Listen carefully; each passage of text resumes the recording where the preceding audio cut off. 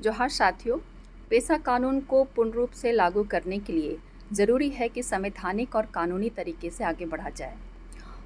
झारखंड पंचायती राज अधिनियम, जो कि अभी पेशा से संगत नहीं है, इसलिए ज़रूरी है कि सबसे पहले इसे पेशा के सारे प्रावधानों को 23 प्रावधानों को झारखंड पंचायती राज अधिनियम में शामिल किया जाए, इसे संशोधित किया जाए और उसके बाद उसके अनुसार ही पेशा का नियमावली बने और यही एक कानूनी प्रक्रिया है।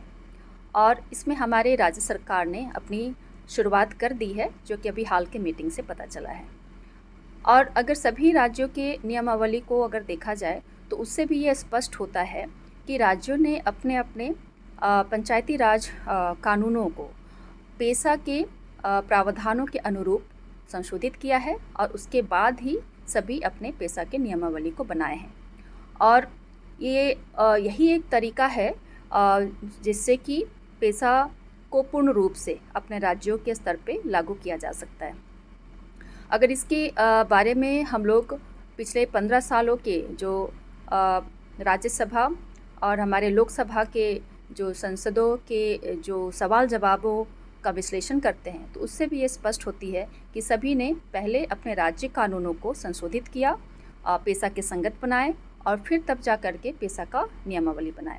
पेशा का नियमावली डायरेक्ट केंद्र के पेशा कानून से नहीं बनाया जा सकता है और ये ज़रूरी है कि सबसे पहले अपने राज्य के पंचायती राज अधिनियम को पेशा के संगत बनाएं और तभी जाकर के हम पेशा के नियमावली को बना सकते हैं।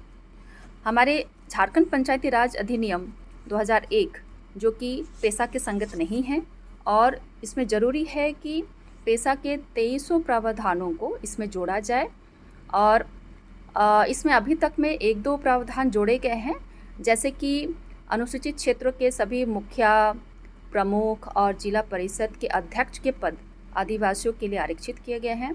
वैसे ही अनुसूचित क्षेत्र के ग्राम सभाओं, जो कि धारा 10 के 5 में वर्णित है, उसमें गैर अनुसूचित क्षेत्रों को की तुलना में आदिवासी अनुसूचित क्षेत्रों को ज़्यादा शक्तियाँ दी गई है। पर इसमें अभी भी पेशा के सभी प्रावधानों को शामिल नहीं किया गया है और ज़रूरी है कि जेपीआरए को पहले पेशा के संगत बनाया जाए। जो इसमें कुछ खास बातें हैं जो इसमें नहीं जोड़ी गई हैं, उसमें पहला है कि गांव समाज के अनुसार गांव को परिभाषित नहीं किया गया है और ग्राम सभा व क्षेत्र के जो रूढ़ी परंपरा, जो धार्मिक और सामाजिक परंपराएं हैं, जो पारंपरिक व्यवस्था है, उसको शामिल नहीं किया गया है। और वैसे ही ग्राम सभा और जो हमारी पारंपरिक रूढ़िगत जो विवादों का निपटारा करने का जो तरीका है, उसकी शक्तियों को भी शामिल नहीं की गई है। वैसे ही भूमि अधिग्रहण से पहले और उसके पुनर्वास के पहले जो ग्राम सभा की सहमति की अनिवार्यता को शामिल नहीं किया गया है। वैसे ही लघु खनिजों के खनन और उसके नीलामी के पूर्व जो ग्राम सभा की सहमति की अनिवार्यता है, वो शामिल नहीं की गई है। वैसे मध्य विनिमयन का जो अधिकार है, वो भी शामिल नहीं किया गया है। वैसे लघु वनोपज पे जो मालिकाना अधिकार है, ये भी शामिल नहीं किया गया है। साथ ही ऐसे जितने गैर कानूनी तरीके से जो भूमि ज़मीन ली गई है, उसे वापस कराने की जो शक्तियाँ हैं, वो भी शामिल नहीं है।